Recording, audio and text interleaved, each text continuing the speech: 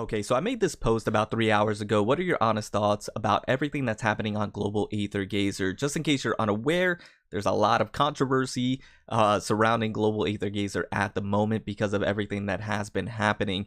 I wanted to go ahead and gauge the overall consensus from the community in regards to everything that's happening, get your thoughts and opinions on the matter. That's why I went ahead and made this post. I've been also talking to some individuals, trying to get their perspective, thoughts, and opinions on the matter. And in today's video, I want to go ahead and provide my own, as well as some speculation on why they decided to take this route. Now, just in case you're unaware of what's going on, maybe you're new to the game or haven't been keeping up to date, Global Aether Gazer has decided to essentially combine a lot of what was spread out on the CN side. So a lot of players have been really catering and prioritizing their premium currency and their timeline and how they're going to conduct business of their account for Global based off of the CN timeline, and Global decided to go a different route.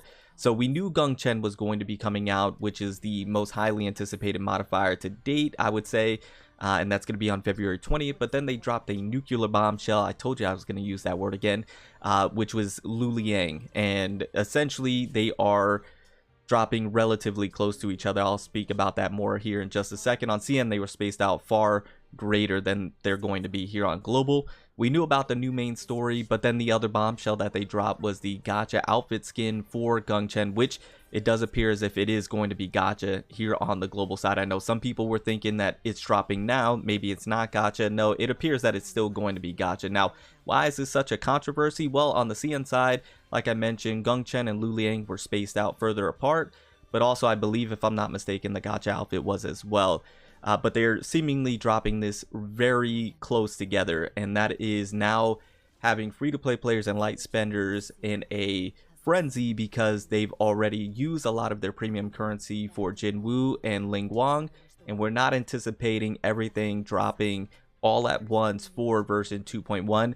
Once again, people were prioritizing their premium currency and mapping out their game plan for their account based off of the CN timeline, and the Global side decided to go a different route.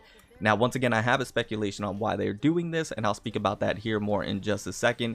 What's also going to be coming out is Lu Liang's skin and Hell skin, which is actually pretty phenomenal. I love that Hell skin. It looks really good. And then, of course, the new functors and everything else that's associated with version 2.1. Now, with Lu Liang, what my understanding is that she's going to be dropping about a week after Gung Chen, so at least we're getting a bit of a break. I thought it was going to be right as soon as Gung Chen releases on February 20th, but it appears that Gung Chen's going to be February 20th, and then Lu Liang's going to be on February 27th, and I believe that is when the gacha skin is going to be released, is on February 27th. Once again, if I'm mistaken about that, let me know in the comments down below, but that's my understanding.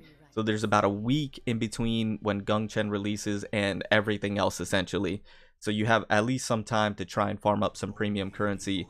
Now, what is my overall thoughts on this? I mean, me personally, from a content creator standpoint, and just as a player that plays the game as maybe like a light spender, I don't spend a whole lot in the game. I find it to be perfectly fine, in my opinion, of course. Now, the reason being is because we're getting content.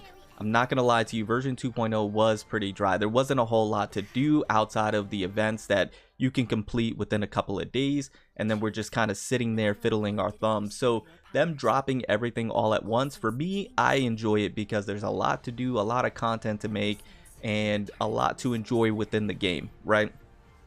Now, when it comes to the free-to-play side, I understand where you guys are coming from. You were trying to prioritize and you were mapping everything out for the CN side timeline, and this is now going to put a wrench in your plans, and it's going to be very difficult to pull for everything that you want.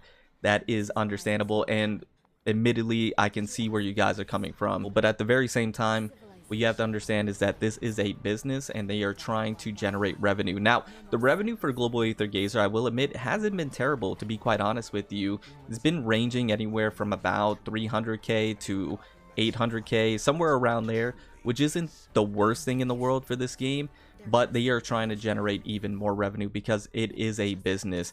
Now, as a free-to-play player, I understand you are trying to get as many characters as you can free to play, and you are trying to space things out so you can farm up premium currency to be able to pull for these characters. But the thing that you have to understand is, once again, this is a business first and foremost, so they're trying to generate revenue. But if the game is not generating revenue, then as a free-to-play player, there won't be a game for you to play at all in general. You have to keep that in mind.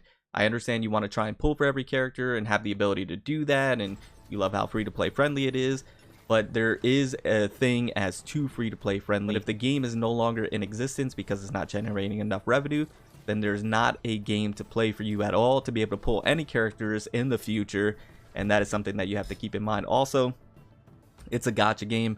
You're not supposed to be able to get every single character as a free-to-play player. It's just a thing within gacha games that you should understand, because I know a lot of free-to-play players and light spenders play multiple different gacha games. And so with that being the case, you should have the understanding to know that you're not going to be able to realistically, as a free-to-play player in just about 99% of all gacha games, to be able to get every single character in the game and skins and all that good stuff. You're going to have to spend. That is what a gacha game is all about. And so with them dropping all of this at the same time, for me personally, it is fine. And I think the reason they're also doing this is not just revenue. I think they also took into consideration the feedback that they got from CN players and from global players. I think they've learned from the CN side that things were spaced out too much, and that there were some filler patches or patches that were just dry or not that exciting or as hype, right?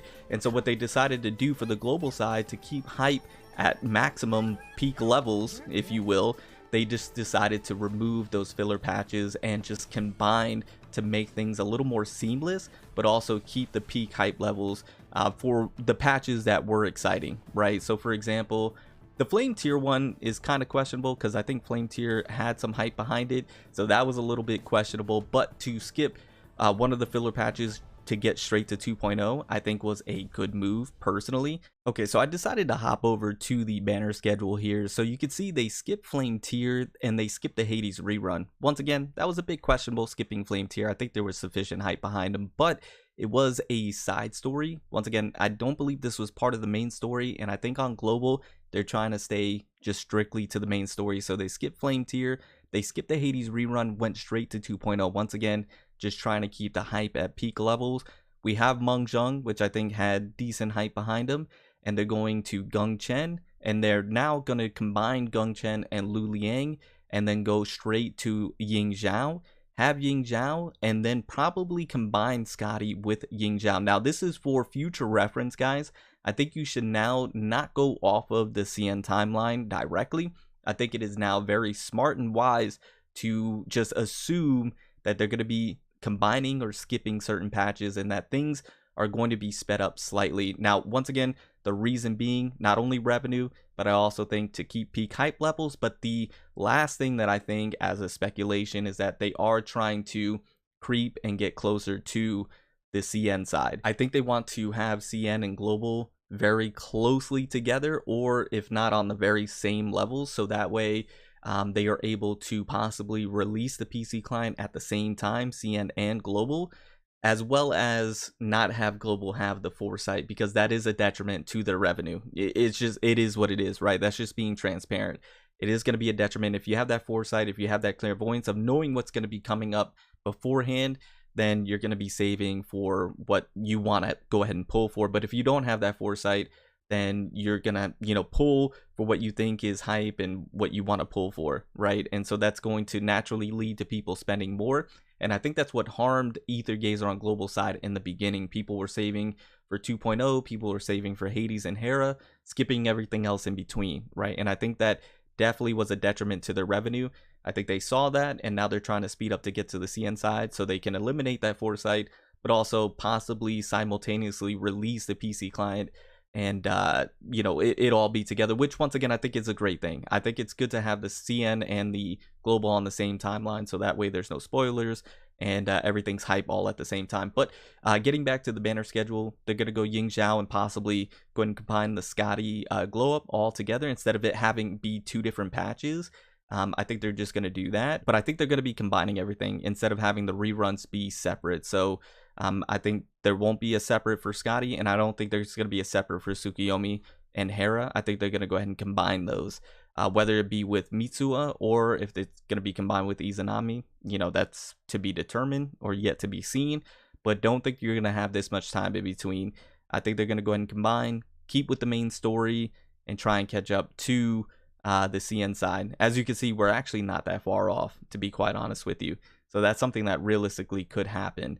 But once we get to, after Mitsuo, we get to Izanami, you could see there's not really anything in between. You go right to Corrupted Kagasuchi, and you can see Flame Tears here. And I think that's the reason why they skip Flame Tear, because he's going to be here. And I think they're just going to combine it here. This is where we're going to get Flame Tear for the global side, in my opinion. And then they're going to go Lu Wu, have all these reruns here. And then they go Jiming, Gung Chen, Living Soul Osiris, Meng Zheng, all these reruns here.